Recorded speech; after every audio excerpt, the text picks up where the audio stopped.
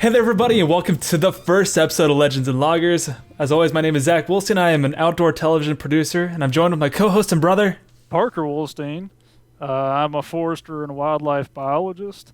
Just in case you didn't catch the introduction episode that we did last week, Legends and Loggers is a show where two brothers explore strange tales and legends ranging from terrifying to stupid over a cold one. Today we're going to be covering a few legends around one creature or a type of creature, maybe a subgenre of creature or cryptid. Well, either way, we're talking about Goatman.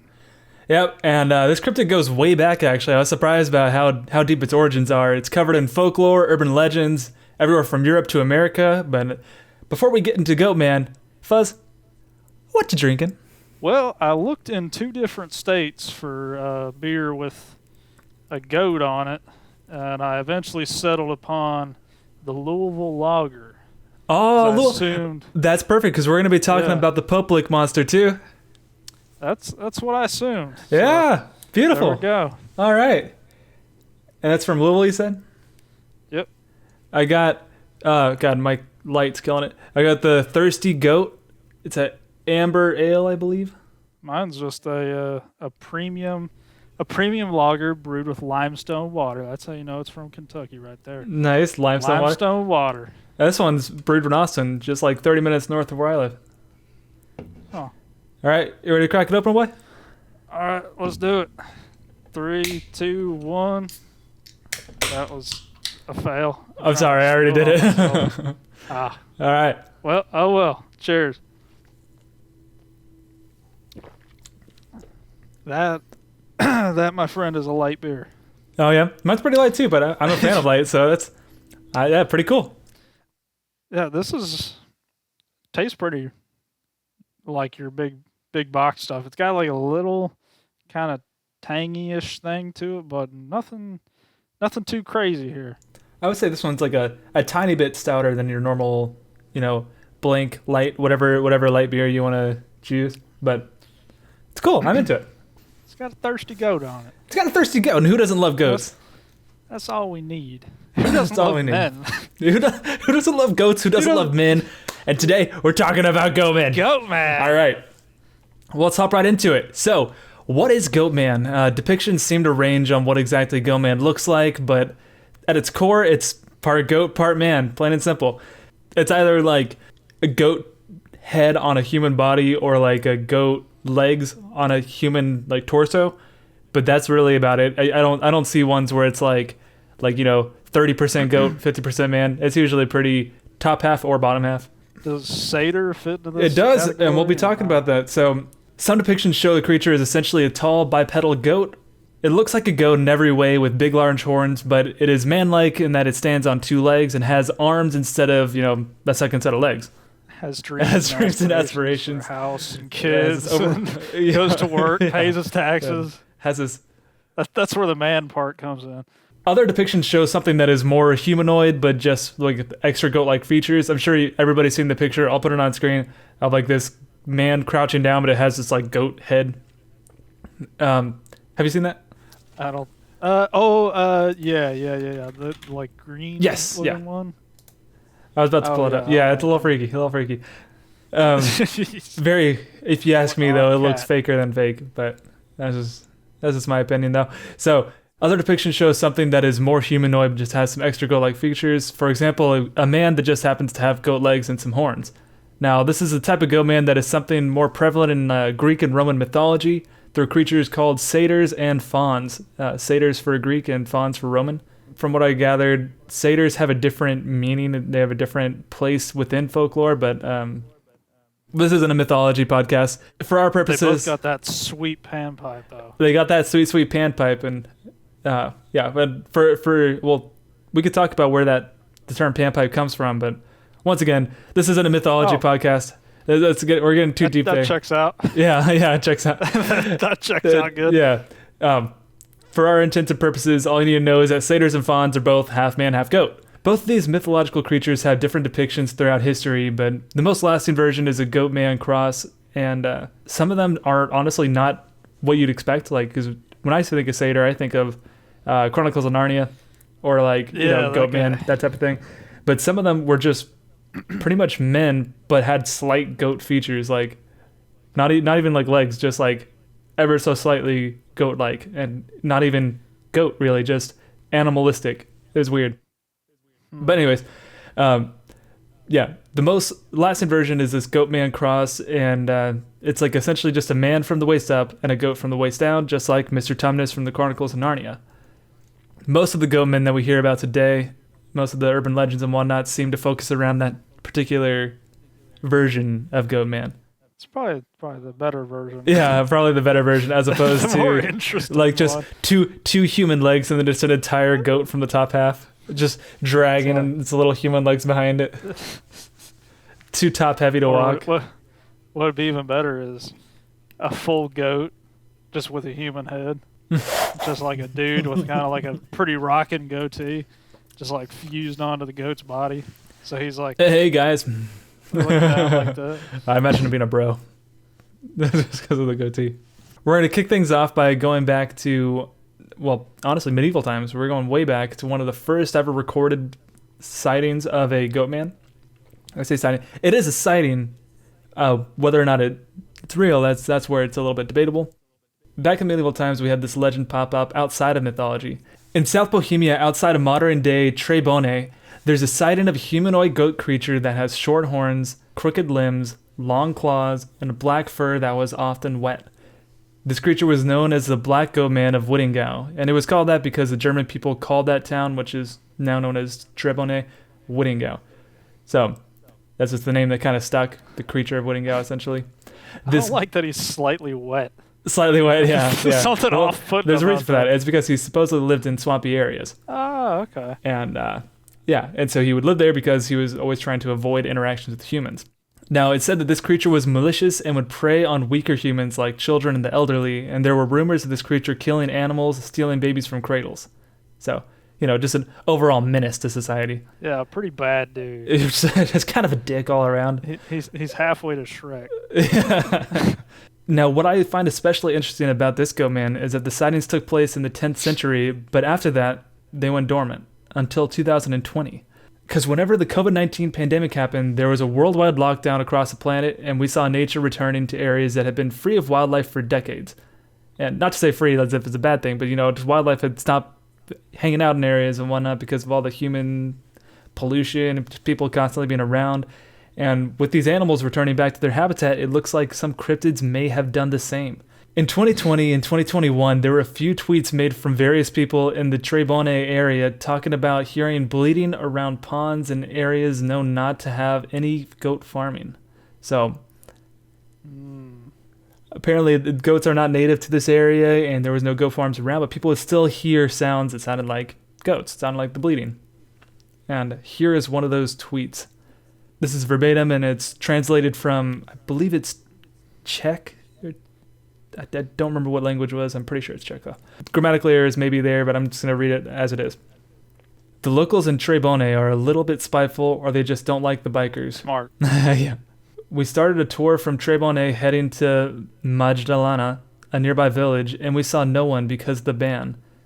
I only went with my girlfriend, of course, but by the Hellgate, a local site deep in the forest, I had an intensive feeling that something was staring on us from the woods. I thought it was someone looking for geocaches or mushrooming, but still no one was seen. Then the bleeding came from the other side, and it turned into a malicious laughter soon. It couldn't be a goat. Someone had to have been kidding us. Man, I need to live in Czech Republic or something. There's out there biking and mushroom hunting. They're like, they hear geocaching. Goat, yeah, they hear a goat bleeding, and they're like, that's probably a geocacher or a mushroom. Wait, but beyond that, not just like a goat bleeding, but like a goat going like, bam, bam, bam. They're like, daggone, this guy's all about his morels. Yeah, right? It's a guy looking at a mushroom just... There's been times where I find like a species that I've been looking to find, and I finally found it, and I've made some noises and probably freaked people out. Species? Like a mushroom? Yeah. Mushroom plants. The fungi freak over here. Yeah. Now, was it some prankster tapping into an old legend to scare away a biker? Or was this an account of a couple coming into contact with the creature that time nearly forgot? So he just heard some weird stuff. That one's not as convincing to me because you just heard. First of all, that seems like something a high schooler would do, just to mess around with somebody. If that was like a known local legend, I can totally see somebody doing like some bleeding just to try and, scare some local people. Yeah, especially they're like right there by the Hellgate or whatever. Yeah, first of all, something's already called Hellgate, and there's like... It's like, yeah, you probably shouldn't be by the Hellgate anyway. Why is there a bike path next to a Hellgate? Yeah, right? Who's the city planner here, dude? God dang. Some medieval lord. Ah, yes! Where are we putting the peasant's bike path? Right by the Hellgate. Well, how do we get rid of the serfs? What if we place their bike path right next to the Hellgate? Summon the goat. Let the demon spawn take care of them. All right, so here's another account posted from a second biker. There's a lot of bikers here. I'm hoping, I know it's in somewhere in Europe, but I'm really hoping it's like American bikers. Oh my god, yeah. It's not bicyclists, it's like full on like 1%er like a motorcycle like gang. Hell's Angels just somewhere out in some remote European country. And then they have there you go. There's where the Hell's Gate is, right next to the bike path. Yeah, it's not the bike path. Here's a second account also from a biker.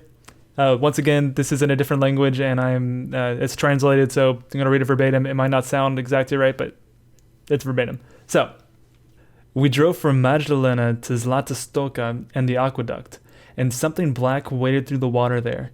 I thought it was a deer because it had antlers, but it ran away from us on its hind legs. The others then shared a joke for me that there was already too much beer. I guess that means that they've already drinking too much, so he's just seeing things. But what if this wasn't a case of too much beer, as his friends claim? This would be a horrifying sight to see, and it may just be the sighting of a legend from long ago. What do you think, Fuzz? I wonder if the antlers were a translation thing, or... Yeah, I'm wondering if it actually was antlers or if it was horns. But it also said deer. It didn't say goat or like sheep or something like that. So, maybe it was antlers. Maybe it was a Wendigo, European Wendigo. The old Czech Wendigo. Check Wendigo before you wreck Wendigo. Yeah, check. Check your bike path before you wreck your bike path. That one to me is face value for sure scarier than the first one, if you ask me. Better story. Like seeing some sort of deer creature running away on its hind legs. I mean, that'd be crazy. I've seen some deer get on its hind legs before, but never running, just like a quick. Well, mainly when they've been shot, and they're like, I've been shot. You're like, it's so majestic. Sometimes they'll stand up on two legs. It's right after they get shot. Yeah. It's only when they've been fatally wounded. But yeah, to me, that one, is it possible? I mean, like a deer getting on its hind legs, yeah. A deer running away, yeah. But running away on its hind legs, I don't know. Yeah. It doesn't say anything more about it being man-like, though, but that's one thing that kind of lends credence to me, because I don't think that you would, like, if you were a normal person and you saw something like that, I don't think that you would say, I saw a goat man, I saw, like, this man-like creature, because that'd be insane, right? Like, you'd be like, I saw a deer on its hind legs, that was weird. Depends on what circles you're running in. It depends on what circles you're running in, that's true, that's true. If I saw one, I'd be like, yo, I saw a goat man. Finally. So, yeah, that one seems pretty, pretty cool how, like, it ties into nature and, like, things returning back to the wild. Because I would have never considered cryptids to be creatures that would start to emerge more during the COVID-19 stuff. But it makes sense, though. I also like that these guys had seen too many beers or whatever the translation said. Yeah, it was, there was already too much beer. They're like trying to find it in the underbrush, and like, there's too much beer stacked up here. Yeah. We can't see you off in the distance. I can't even get to the other side of this aqueduct. There's too much beer. It's inside us. It's on the ground. It's everywhere. All around. All right, so that is the first legend. We got a bunch of Goatman things to talk about. So next we jump forward to the 20th century and head stateside to talk about another Goatman living under the old Alton Bridge outside of Dallas, Texas. Now, this Goatman is reported to stand 8 feet tall, have a torso of a man, and the legs and hoofed feet of a goat, along with the head of a goat that has giant curled horns and glowing eyes. That's something that I found was pretty common for Goatman, is the glowing eyes thing. Some accounts say that this creature has red fur, whereas others say that it has black fur, much like the Goatman of Whittingau. And like the Goatman of Whittingau, this creature is known for being malicious, and it is said to have caused multiple disappearances in the area. Now, it's good. I wanted to ask you, I know that like for cervids, like deer, elk, or other species like that, their eyes glow if you shine like a bright light on it, or headlights, something like that. Do you know, do goats do that? I have no clue. Okay. There's never been a situation where I'm like running down the road and it's like, goat, and I'm like, take a mental note, its eyes shined. Yeah. You know, or I've never been out there and like just was being a sadist and just like stuck a flashlight in its eye. Is that being a sadist, or is that being a scientist? Testing your hypothesis. There's a fine line. Glow in the light. Yes, okay. Goat's eyes do glow.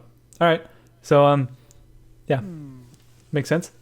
And I'm sure when it comes to their eyes glowing, I doubt it's actually like a bioluminescence or like an actual light emission, more of just light reflection, right? Yeah, probably. All right, yeah, that's my thought too. I mean, if it's like some weird spirit or something that it can do whatever it wants. Yeah, that's true. Like, we forgot that we got biological. Forgot about the spirits aspect of it. Yeah. All right, now urban legends differ on the origins of this creature and how it operates. Some say that this creature is inactive for years at a time, while others claim that he is always around. One legend says that this Goatman sleeps under the old Alton Bridge during the day, but at night he roams the area hunting for food, and if you call his name to the bridge, he will return. And there's a similar one that so he's trained. That is trained, yeah. That's good. He belongs to somebody. I imagine he's like, creeping up on like a freaking rabbit or something, and you're like, Goatman! And he's like, Goatman, come here, God boy. Dang it. Daggum. Yeah. You're so lucky, rabbit. Now, there's also stories of a ghost woman whose baby was killed by the Goatman, and also there's a bunch of stories about Goatman targeting babies like we talked about earlier, but they said that the Goatman took the woman's child and she came to the bridge and jumped off of it to her death, and now her ghost forever haunts that bridge to this day. Now, I'm only like 3.5 hours from Dallas. I might need to go get some boots on the ground, head to this old Alton Bridge, scream out some Goatman. All right, if all this stuff is real, then it tickles me that this lady had her son die from the Goatman, or baby. It didn't specify. It was a baby. I yeah. just assumed. I assumed it's gender. Goatman kills her baby. She kills herself, jumping off. And now her and the Goatman are permanently there together. Oh my God. Do you think they're like roommates? Oh, there's got to be some therapy happening on that bridge. Oh my God. It's going to be like a sitcom now. Like first 100 years, she's on this side, he's on that side. Yeah. They're just slowly kind of... They have like some rocks that like block the bridge to a little dividing line. Yeah. And little by little, they become friends or something. Man, that's what we should do, folks. Let's write a show. Goatman and Ghost Woman. It's like 2.5 men, but throwing a baby. Yeah. Is the baby a ghost? I mean, why wouldn't it be? I don't know. Maybe because like maybe she's a ghost because she killed herself, whereas the baby didn't kill herself, therefore it's not a ghost.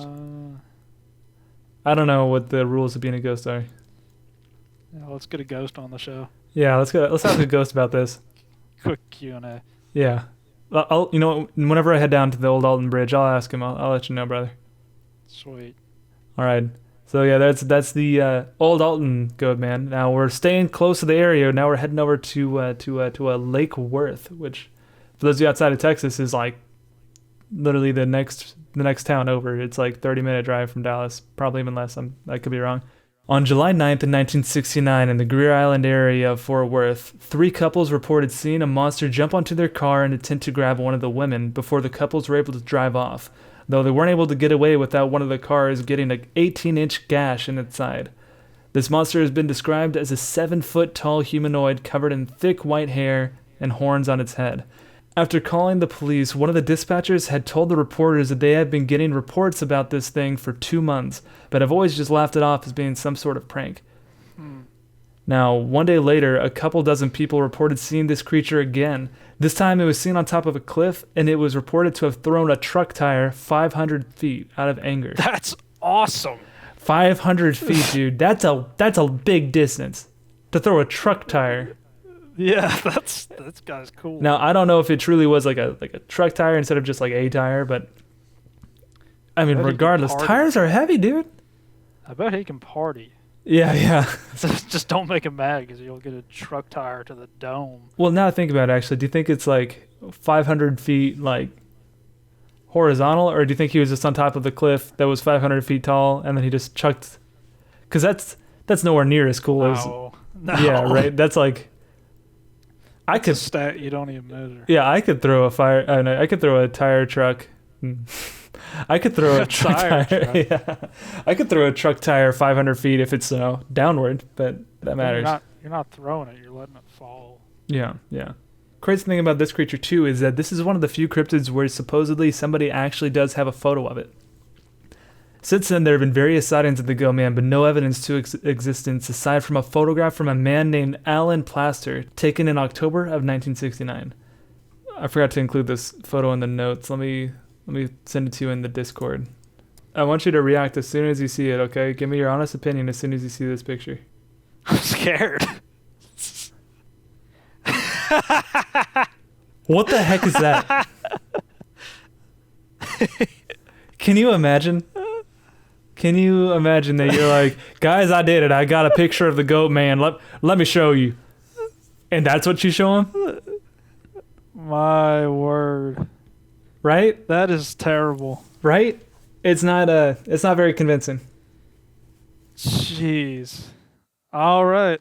That is definitively the worst scripted photo I've ever seen in my life. Right? Yeah. Now, Parker, can you describe it for the audio listeners? All right. It looks like, you know, if you've ever been to like an old country store, they might have them at like Cracker Barrel. Like there's those rabbit hides. It looks like a white rabbit hide that was rolled up, so it's kind of like a cylinder, like a burrito, and then placed in the grass. Yeah, that's exactly what it looked like. You can't tell the scale of it whatsoever. You can't tell like what you're looking at. It just looks like white fluff. It looks like if you were to like, shear a sheep and then like stack all the wool up. Yeah. It just looks like a stack of fur.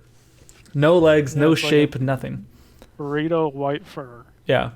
So that's the compelling evidence there. Too. What was that? Oh yeah, grainy. Grainy too. Yeah.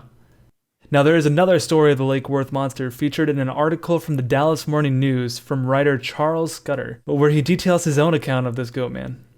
And now once again, this is right from his article, so this is verbatim. It was the summer of 1999 when I was at... It was the summer of 69. It was the summer of 99. And the Goatman came. It was my first real Goatman. All right. It was the summer of 1999 when I was at Fort Worth's Camp Carter, just down the Trinity River from Lake Worth. Once, we went into the woods in the late evening, trees casting long blue shadows as mosquitoes nipped at our ankles and elbows. We came into a clearing where the camp counselors had made a small campfire. They told us about the legend of Goatman. Listen carefully, they told us, wide-eyed with fear and amazement, and you'll hear his cry on clear nights like tonight. The older boys at camp gave us easy explanations. It was just a way for the counselors to get us to finish our vegetables and not act up. It had to be the counselors making those noises at night. We walked back from our cabin, sticky with humid hot air. I knew the Goatman stories had to be just stories. Yet, as I lay down in my bunk that night, listening to the melody of cicadas outside, I heard something unnatural. A mournful bleating echoing from far across the lake, unmistakable as the monster's lone cry. It sounded sad. Oh. And that's the end of his story there. Man. All right. So his counselors tell him, and then he's kind of scared about it, kind of spooked already. Yeah. He said they probably make those sounds. And he's laying there in bed, he hears the sounds. Yeah. And he's like, yup, that was it. But he heard it from far across the lake. The counselors, they'd be close across the lake, They wouldn't even be across the lake, they'd be on the same side of the lake. No, counselors go crazy once they go to sleep. Yeah, right. You get one boat and go out to the middle of the water. You ever seen any camp movie? Yeah, you ever see Friday the 13th 1 through 8? Yeah, they go wild. Now, my favorite line from that is "Mournful Bleeding." That's my new band name, right there. Oh, that's a good one. It's kind of like a double entendre too.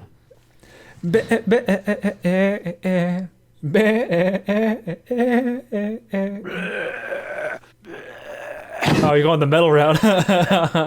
Yeah, why wouldn't you, dude? It said mournful. It's mournful, and it's I thought of like Goatman. Okay, that makes sense.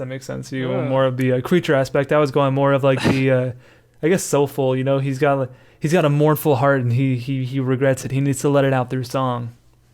Oh. You know. Anyways, so that's the Lake Worth monster. Now, before we move on to our next Goatman, I do need to add that also in 1999, a Dallas news station did a report on this monster, and a group of people that were high schoolers back in 1969 told the police that they had dressed up in a gorilla suit and were pranking people around the lake in 1969. Now, this does explain some of those original sightings, but what about the sightings after, or the sounds heard by Charles? Convenient, yeah. Maybe Goatman paid off these kids to say that it was them in a gorilla costume. Like, hey kids, I need to throw them off my trail. Yeah, he's like, I know I'm some sort of devil, half man, half goat, but I can't be discovered by these random counselors and other people. From 30 years ago. It's kind of weird that they came out 30 years later. How does that come up? Well, is everyone just like talking about it? They're like, oh yeah, we should go tell them. yeah. It's like, oh, we forgot to tell them, dude. Oh no. No, but I think it's just because they were doing the article. They probably were, trying to interview people about that article, and then the kids were like, oh crap, oh man, that was us. Sorry guys. Ugh. Yikes. Yeah, my bad. That's exactly what happened to me with Patty. Oh my God, yeah. Can we tell that story real quick? Oh yeah. All right. Well, Zach was doing a documentary on a ghost hunter, and I was like one of his other cameramen. He was just helping me out, yeah, filming stuff. And she goes to take an EVP, and I was talking to one of our other buddies, and I didn't know she was taking the EVP. So I said something to our buddy. Just like whispering. She plays back the recorder, and she's like, this is the clearest voice I've ever gotten. It's saying this, this, and that. And I was like, oh, excuse me. I think I was talking because I didn't know that you started the recording. And then one of the ladies, one of the other people that was on the tour was like, no, I heard it. Like, that's real. Yeah, they're like, that's definitely a ghost. It said this, this, and that. And I was like, no, I promise you, I believe I was talking as it started because you didn't announce that you're starting. You were saying in a minute we're going to do an EMF. Well, and then you said what I can't remember what you said at the time, but you said like, what the phrase was, and then she played it back, and everyone's like, "Oh, yeah." Yeah, I felt really bad. Everyone was like, and I still remember your face, like whatever you're like that was me. Yeah, because she was so hyped. She's like, "This is the clearest recording I've gotten. The best evidence we've gotten in decades." And I was like, I look over at Sam and I was like, that was me. Oh, no. You're like, no, it wasn't. All right. Now, moving on to the Waterford Sheepman. Cute. No. So we're going a little bit further in time. Back in the early 1970s, there was another Goatman that was reported to have been seen by hundreds. This Waterford Sheepman terrorized a small town of Waterford, Pennsylvania, and was known to tear apart animals in the farms and fields surrounding the town. Some reports even say that there have been incidents of the creature killing humans as well. Throughout the 1970s, there have been many sightings of this creature, and here is an account from one teenager named Maryland. I lived on Baghdad Road, and I saw this figure running across the dirt road at one point near the old sawmill. She also said that there were many people around that time that were having similar sightings, just being able to catch a glimpse of the creature before it disappeared into the foliage. Another Waterford native, Herb Kinney, tells the story of his friend who had a run-in with the creature at the Waterford Cover Bridge on Niemeyer Road. Niemeyer. And here is a quote from him. It was always said that the sheepman lived near a cave on Baghdad Road. He was known to frequent the covered bridge southeast of the town on East Street. He was said to hide on top of the rafters of the old bridge and jump down and terrorize young lovers that had parked in the bridge. Nice. Pause, though. What kind of dick is pausing? Is parking in a bridge? You know? That seems kind of dangerous. Like, if you want to make out on one, what are you doing in the? That's like the equivalent of parking in the middle of the street. Like. Yeah, but covered bridges are cute. You know. Cute, yeah, but like, especially what happens up there in like New England? It's like, but covered bridges are usually one lane, no? Yeah, they're not a good place to stop. Yeah. If you're in rural Pennsylvania or whatever this is, then I don't think you're gonna have too many people coming by. How many cornfields do you have to choose from? You know. But I like that he hangs up there. Yeah, right. It's not like he's not living in the woods and he's like, oh, they're parked. I'm gonna go walk over there. He's currently up in the rafters. Yeah, he's waiting. He's playing his records and whatnot, waiting for somebody to drive underneath him. He's like, effing finally. He's got his Walkman on. Yeah, he's vibing. Yeah. He starts seeing headlights. He's like, all right, showtime. Yeah, he's getting psyched up, dude. Just jumps down and just scares him. Doesn't even try and kill him. No. This one supposedly was violent. Yeah, like he would kill animals, kill people. Yeah.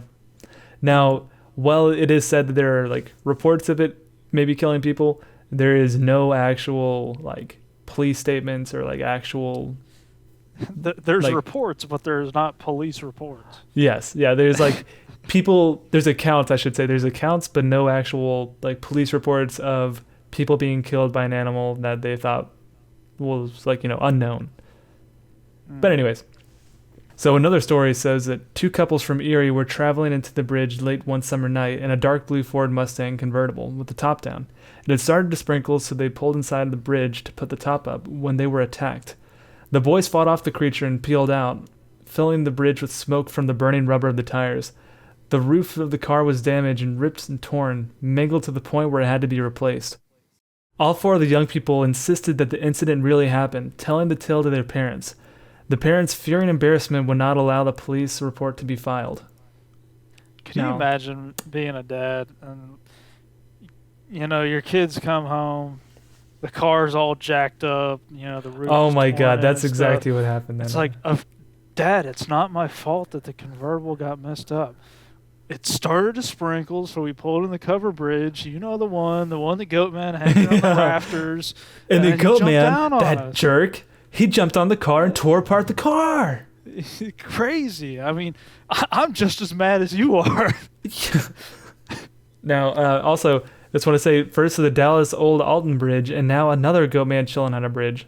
That's probably one of my favorite parts of the whole Goatman lore. Is that they like bridges? Yeah, they're basically like a troll. Like a troll, yeah. I like the idea that they just like bridges. Like they're just like, clomping along like a goat, and they see a bridge, and they're like, wow. They're like, there's up, there's down, there's water, there's land. This is pretty nice. This is amazing. This is prime real estate. This is some gourmet stuff. Yeah, this is some serious gourmet. He's like, I can drop down from here. I can climb up from the bottom. This is a great place to terrorize people. Yeah. He's like right at home to his Goatman parents. It's like, I found it. Like, this is a perfect place to wreak havoc. Dear ISIS, tried cover bridges. Yeah. Signed Goatman. Signed Goatman. Perfect place to terrorize. You would not believe how easy it is to terrorize people inside of a bridge. Now, since those accounts that I just recounted there haven't been any more sightings of this Goatman since the 1970s. So that something happened. They probably, all right, this kid, the one that was driving, probably ran up into a tree that had like low branches and it just tore gashes in the top. And he's like, I don't know what to tell you, Dad. It was Goatman. It was the Goatman, Dad. All right, yeah, that makes the most sense to me. Like, I feel like it was more of a cover-up that one of the kids came up with. Like, dude, you wrecked my dad's car. We have to do something. He's like, say the Goatman did it. Now, this next one is probably my favorite Goatman story. It's just insanity. You ready? Oh, yeah. So this one's probably one of the weirdest Goatman... no, this is the weirdest. Hands down, this is the weirdest Goatman legend I heard. And this is the Goatman of Prince George's County, a.k.a. the Maryland Goatman. In November of 1971, because of course, all Goatman sightings happened in like the 1970s. Roughly 5 years. Yeah, this 5-year period of the 1970s. In November of 1971, the Prince George's County News ran an article called Residents Fear Goatman Lives. Dog Found Decapitated in Old Bowie. In the article, the writer tells the story of the Edwards family after they found their missing puppy dead and headless near Fletchtown Road. Their daughter April said that she had heard strange noises and seen a large creature the night the dog had disappeared. There were other reports and sightings of an animal-like creature that walks on its hind legs around Fletchtown Road. Years later, April has this to say. People came here and called it folklore, and the papers made us out to be ignorant hillbillies who didn't know anything better. But what we saw was real, and I know I'm not crazy. Whatever it was, I believe it killed my dog. So, before we move on, what are your thoughts on just what you've heard so far about this particular Goatman? To me, that makes it seem kind of like something just fixing to be evil. I mean, if it was like a bio kind of thing, it wouldn't just eat the head. Yeah, right. Yeah, so that was my thought as well, because I've seen like what coyotes do to say like hogs or stuff like that, and they usually will leave the head, pretty much leave it alone entirely. Like they will tear apart the whole torso and the abdomen and whatnot, but like the head's pretty untouched usually. So the fact that this one supposedly just decapitated the head and then left the rest of it alone. I'm trying to remember. There's some species. It might have been. Shoot, it's blank in my mind. But basically, sometimes whenever animals go into hyperphagy, which means like excessive eating, getting ready for like hibernation. If there's like an excess of food, they'll just like kill something or find it, eat the brain, and then wander. What? Yeah. The brain? Yeah. Why the brain? The brain's like 99% fat. But couldn't they just eat? I mean, I guess animals aren't as fat as humans, so there's not like other fat, but like. Yeah, there's not that much other fat. Do they know that? Who told them that? One of the creatures was just like, man, why are we taking time to eat the whole body? He's like, I'm just going to eat this brain and move on to the next dead thing. Oh, you're eating the whole body? The brain's worth like 10% of the body right there done? Yeah. You get all the fat you need, one brain. Well, because the whole deal of hibernation or pre-hibernation is just like... Getting fat, right? The most calories and fat content in the least expensive, energy-wise way. That's crazy. So if it's 99% fat or 95% fat, just eat that. There you go. Cool. Yeah. Move on. One and done. Eat the brains. Wow. How about that? That's why zombies are going to be friggin'... Yeah, dude. Zombies are freaking swole. They're killing it. Either that or fat. Are zombies just fat as all of that? Either or. That'd be awesome. Yeah. All right. Now, here's where it gets crazy. Here is a supposed origin for this particular Goatman. It begins with the scientists using goats for experiments at the Beltsville Agricultural Research Center. Now, as time goes on, the scientists' experiments get increasingly wild when one of them goes wrong, and the researcher finds himself mutated into the Goatman hybrid. This version of the Goatman is said to have had the upper body of a goat but the face of a man covered in hair. Legend has it that the Maryland Goatman went on to don an axe and would occasionally use that axe to kill dogs or damage cars in the Beltsville area. Now that's ridiculous, right? And that came out in right in 1970?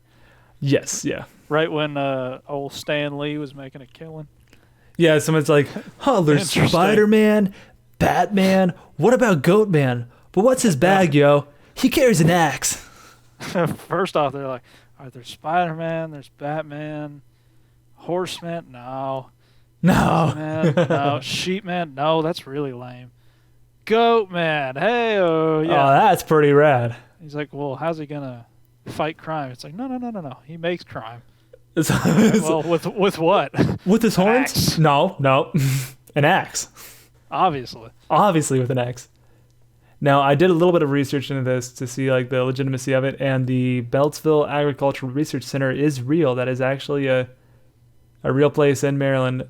I could not find anything as to whether or not they did research on goats. I mean, I'm sure they did some sort of they surely had goats, and I'm sure they did some sort of research on goats.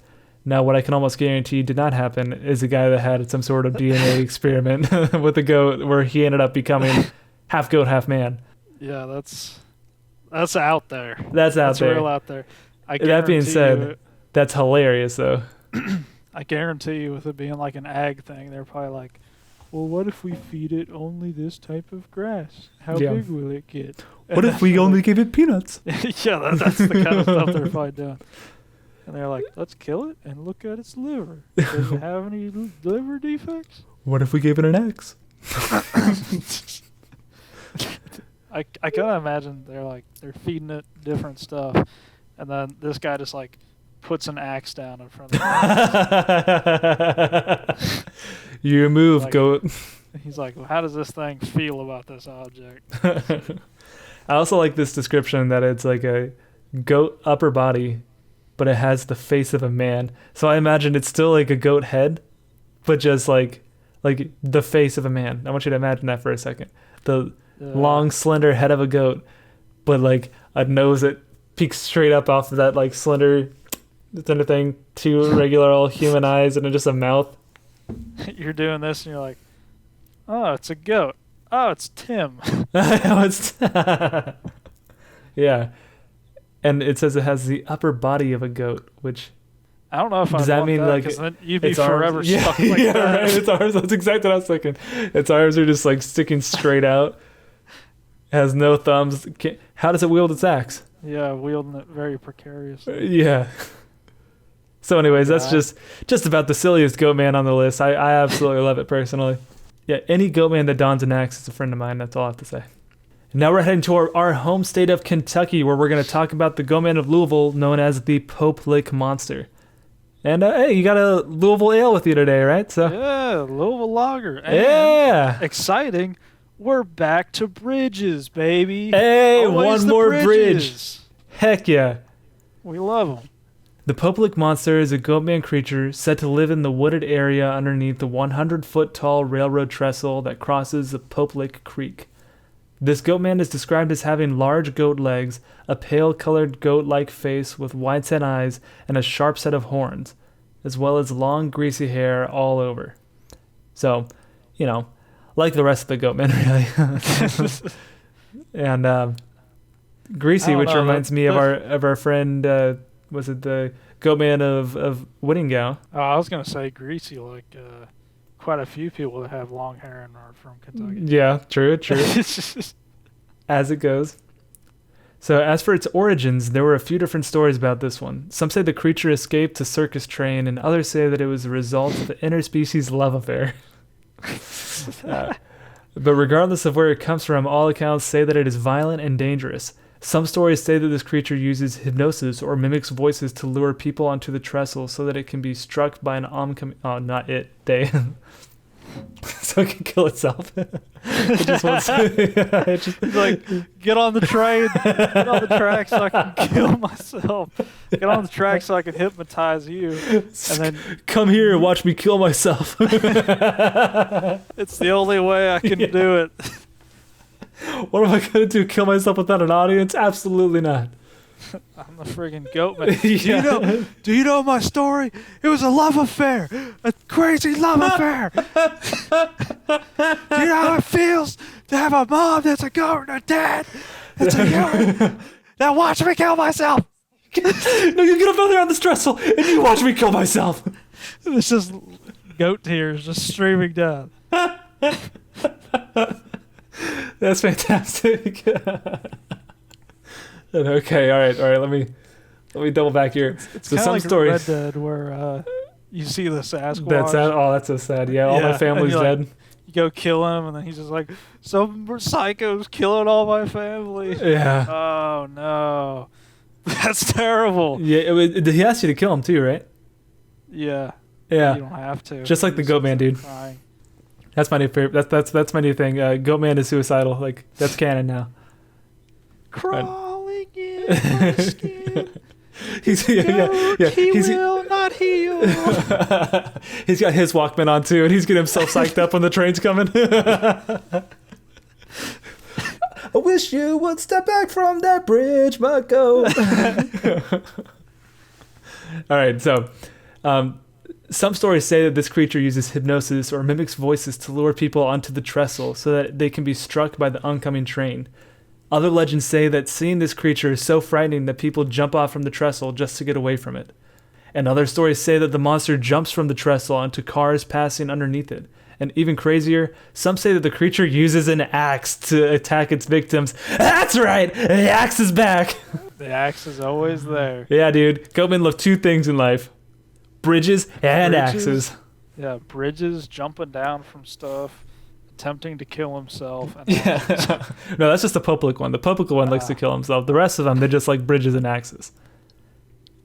Now, I'm sure if you could go back to the medieval times and ask the Goatman of Winningau, it's like, hey man, would you like a weapon? He'd say, oh, I'd have an ox. A what? An ox? I wonder if Goatman ever goes, in goat language, I reckon, he goes, can I ask you a question? And then, whoop-ah! Yeah. Stabs him or chops him. Sweet one-liners. So yeah, now that's actually all I've got on the public monster. Turns out there's not as much on the public monster as I wanted there to be. What? Yeah, I thought dude. that was like a big thing. No, I thought so too, and I think it might just be because we're from Kentucky, but it's actually like not a lot, dude. Now, I did read an article saying like one of the potential like reasons why the public monster was potentially created, like it wasn't an actual cryptid, but like it was like a manufactured story. It's because people from Louisville are liars. Yeah, Louisville And sucks. attention seekers. And they can't go 10 minutes without thinking of something to get the attention back on them. It's because they're the worst part of Kentucky, and they have to have something to make it better that their city is a trash heap. They full needed of- something to make it worth being Yeah. around, you know? Yeah, might as well make it Goatman. Yeah. Why not? Quick aside, me and Fuzz, we are not from Louisville. We're from Lexington, Kentucky. Everybody in Lexington hates Louisville. Pass it on. Yeah, it kind of sickened me to buy this lager, but It's the only way. It was Kentucky. I get it. You do what you got to do. yeah, oh well. But now, so the interesting thing though is that supposedly one of the potential origins for like the legend, not like the actual creature, but like the legend of this public monster, was because the people were dying on this bridge. You know, people were trying to climb up there, and then all of a sudden a train comes, and I'll put up a couple pictures of the bridge, but there's nowhere to go if a train comes. So It's basically train like comes. High Bridge. Like High Bridge, yeah, like in Wilmore, Kentucky. Now High Bridge, you can at least like get up against the railing, or you can like run down to the side because it's not. Oh, actually, it's pretty long. Never mind. But with this one though, it's pretty it's big. pretty long. Yeah. So with this one though, if a train was coming, people would pretty much have no choice but to jump off, and if they jumped off, then they would likely die. So there was a few deaths throughout the years of people that got too close to the trains or whatnot, and just fell off entirely. So yeah, it looks like an urban legend may have just popped up because of the deaths that came from this trestle. It's kind of going 0 to 100, being like, all right, people are getting killed on this bridge. It's like, 'cause it's why narrow. do people die on this bridge? It had to have been a goat man, right? A half goat, half Of man course. hybrid. But why would Yeah. they get on top of the because the goat man has hypnosis, and he told him to get on top of the bridge. It's the only way. Obviously. Well, what I was thinking was like what you were just doing, the goat man. Well, this guy's like, oh, of course it was a goat man, blah, blah, blah. And you're like, hey, what's your name? And he's like, oh, I'm so-and-so from the so-and-so research center. Like, you look at his resume, it's like, goat research. His legs look a little too hairy and kind of strange. It's like, It's like, all hey, right. why do you have hats on either side of your head? Is that covering something? It's a Maryland ag thing. You wouldn't understand. Yeah, it's apparently, yeah. So there you have it. There's a modern day legend of the Goatman in a nutshell. From the 10th century up until today, there are stories of these creatures from across the globe. And now some of these legends can be easily debunked, but some of them are a little harder to brush off. So what are your thoughts on the Goatman creature? Which story was your favorite? Let us know down in the comments. If what was your favorite? I'm curious. What are your thoughts? I like the lab experiment. Right? Yeah, that's the most fun it's one kinda for like sure. you're like taking the cryptid route, but then you're kind of coming in with the sci-fi superhero. Yeah. And then you turn him into a serial killer as well. And then he chops off the head of dogs. Yeah. Yeah, which is really cool. Which yeah, it's a cool guy thing to do. Which is something I personally relate to. You know, me when I was a young sociopath, and I was, corralling the neighborhood cats and dogs. Yeah. When I was trying to find an outlet for my dark tendencies, I too found myself in front of a couple of dogs with an axe in my hand. Am I right? Am I right, guys? That one's probably my favorite one. I like the ones that either you're just like, ugh, yeah, ugh, that got me, or just like I said in the introduction, I was like, make a good story. Why not? Yeah, because it either needs to be one of three things. It needs to either be realistic, scary, or fun. And this one's fun. Yeah. This one's fun.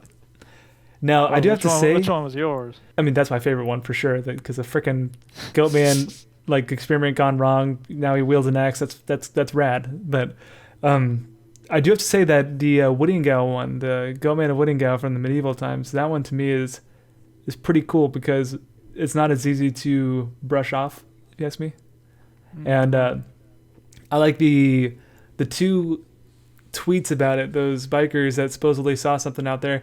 You can think of a way to explain it, but at the same time, the way how they talked about it, it wasn't like they were trying to convince you that there was a creature. It's like a they saw something and they're like, it was probably this. They weren't wanting to believe that it was a creature, which to me makes it a little bit more likely to be real. They're pretty nonchalant about it. Yeah, they're not like, I saw it, I saw a Goatman. They're like, yeah, there's something weird out there. I don't know what it was. A typical day in the Czech Republic. I go on a bike ride. I hear a potentially demonic Goatman out in the woods, and I went home. A goat laughs at me, and I went home. Yeah, simple as that. Yeah, so I think that one's pretty cool. So if you guys like the show, please consider subscribing, and if you really want to help us out, leave a review. That would be fantastic. And thank you guys for watching. And if you guys have had any encounters with weird stuff or strange creatures, definitely send us a DM or a comment, and we'll get with you. We'd love to hear your stories and potentially have you on the show. So let us know. Yeah, you can check us out on pretty much any social media platform. It's going to be at Legends and Loggers, all spelled out. And stay wild out there. And live life legendary.